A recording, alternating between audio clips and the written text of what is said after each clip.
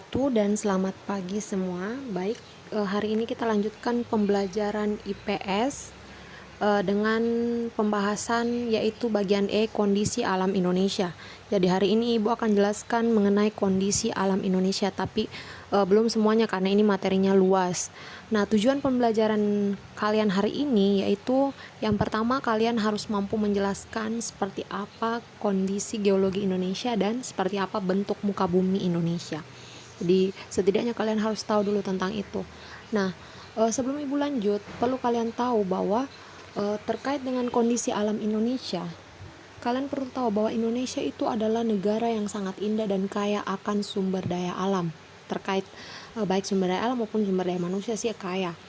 Nah, dilihat dari banyaknya wisatawan yang datang ke Indonesia karena Indonesia itu indah dan kaya akan sumber daya alam. Contohnya misalnya wisata yang ada di Pulau Bali yang terkenal dengan pantainya yang indah, bahkan banyak wisatawan yang datang ke sana. Atau Lombok yang terkenal dengan Pulau Komodonya. Atau di daerah kita sendiri Sulawesi Selatan misalnya yang ada di Goa Malino, itu kan salah satu tempat wisata yang terkenal di Goa dan itu biasanya banyak dikunjungi oleh masyarakat. Nah, itu salah satu keindahan alam Indonesia. Selanjutnya, Ibu akan bahas tentang seperti apa sih kondisi alam Indonesia. Jadi, kalian lihat peta konsep di sini yang ada di bagan ini, itu adalah peta konsep tentang apa yang akan kalian bahas tentang kondisi alam Indonesia atau keadaan alam Indonesia. Jadi yang kalian akan bahas yaitu tentang keadaan fisik wilayah dan keadaan flora dan fauna. Tetapi hari ini kita khusus bahas tentang keadaan fisik wilayah yang berkaitan dengan kondisi geologis Indonesia serta bentuk muka bumi Indonesia. Selanjutnya, maaf ya Ibu Sendawa.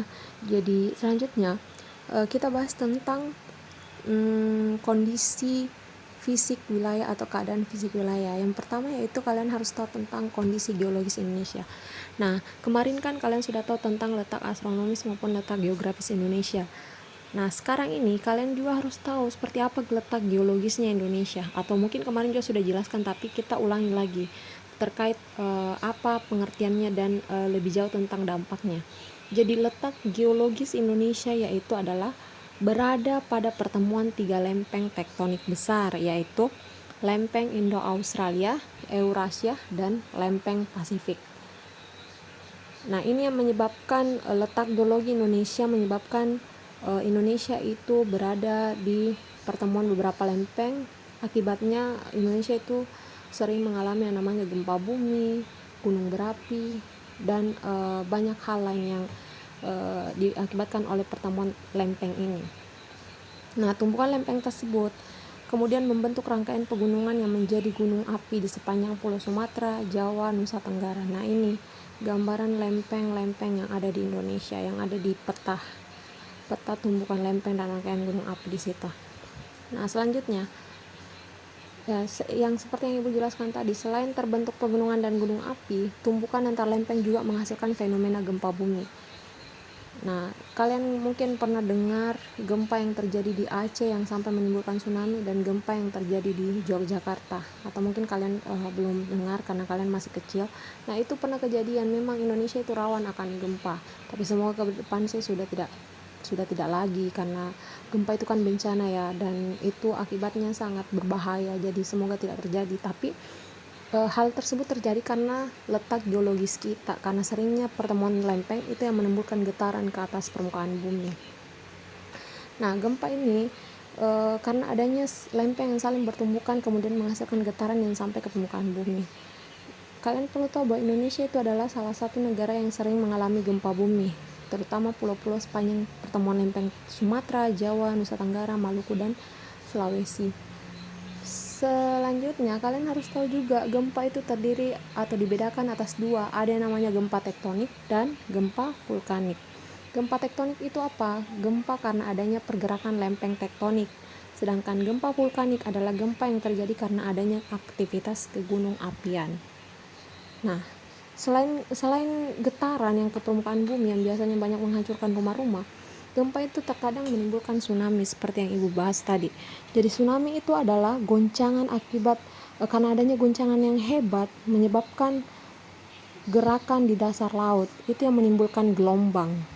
gelombang tersebut yang semakin besar menimbulkanlah yang namanya bencana tsunami.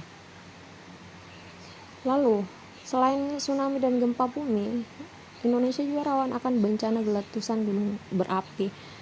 Kenapa? Karena di Indonesia itu juga banyak terdapat gunung berapi. Itu juga disebabkan karena pengaruh letak geologisnya. Jadi pengaruh letak geologis Indonesia itu selain banyaknya terjadi misalnya bencana gempa bumi, tsunami, pernah terjadi tsunami maupun biasa juga kan menyebabkan adanya terbentuknya gunung berapi. Nah, kalian perlu tahu pengertian gunung berapi itu apa. Gunung berapi itu adalah lubang kepundan atau rekahan dalam kerak bumi yang tempat keluarnya cairan magma atas atau gas atau cairan lainnya ke permukaan bumi. Nah, cirinya ini adanya kawah atau rekahan dan sewaktu-waktu gunung berapi tersebut dapat meletus. Sebagian gunung yang ada di Indonesia itu merupakan gunung berapi yang aktif. Itu yang perlu kalian tahu. Atau bisa juga dikatakan, ya seperti itu cirinya. Selain itu, ciri-ciri gunung berapi yang aktif yaitu adanya aktivitas kegunung apian seperti semburan gas, asap, dan lontaran material dari dalam gunung berapi. Jadi kalau ada aktivitas seperti itu misalnya ada gunung yang pernah kalian datangi, itu berarti gunung tersebut masih aktif dan bisa sewaktu-waktu meletus. Nah, ini gambarannya. Beberapa gunung berapi yang masih aktif di Indonesia atau mungkin gunung berapi yang ada di Indonesia. Ini kalian bisa lihat ada yang namanya Gunung Tambora, Gunung Rinjani, Gunung Agung, Gunung Merapi, Gunung Dieng, lalu kalau di Sulawesi Selatan sendiri sudah tidak ada ya yang aktif begitu. Kalau yang gambar segitiga merah ini artinya gunung berapinya masih aktif. Nah, selanjutnya ini mungkin sebentar akan menjadi latihan. Dilanjutkan. Nah, yang kedua kita lanjut ke bentuk muka bumi. Jadi perlu kalian tahu bahwa Indonesia itu terdiri atas belasan ribu pulau, baik yang berukuran besar maupun yang berukuran kecil. Jumlah pulau seluruhnya itu mencapai 13.466 buah. Bayangkan, itu hanya pulau di Indonesia yang kecil. Bagaimana yang belum terdata itu bahkan lebih banyak lagi. Nah, sebelumnya kalian tahu bahwa luas wilayah Indonesia itu mencapai 5.180.053 km persegi, di mana terdiri atas daratan seluas 1.922.570 km persegi dan luas lautannya yang lebih luas yaitu 3.257.483 km persegi. Ini berarti wilayah lautannya lebih luas dari wilayah daratannya.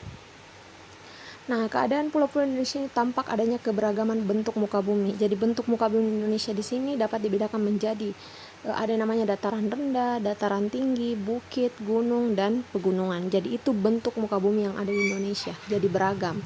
Nah, sebaran dari bentuk muka bumi tersebut dapat dilihat pada peta fisiografi di samping. Nah, ini Ibu perlihatkan ini peta fisiografi persebaran bentuk muka bumi di Indonesia. Jadi yang coklat itu menandakan daerah pegunungan, lalu yang orange itu menandakan dataran tinggi, lalu yang hijau menandakan daerah perbukitan, lalu yang kuning itu menandakan dataran rendah. Jadi bisa dilihat di situ. Oh, Kalimantan dominan daerah perbukitan misalnya. Lalu di Pulau Sumatera sebagian didominasi atau lebih banyak daerah pegunungan. Lalu di Sulawesi Selatan lebih banyak perbukitan. Seperti itu. Jadi mungkin ini yang bisa Ibu jelaskan tentang materi yang kita pelajari hari ini. Lebih lanjut Ibu akan jelaskan di WA group. Terima kasih.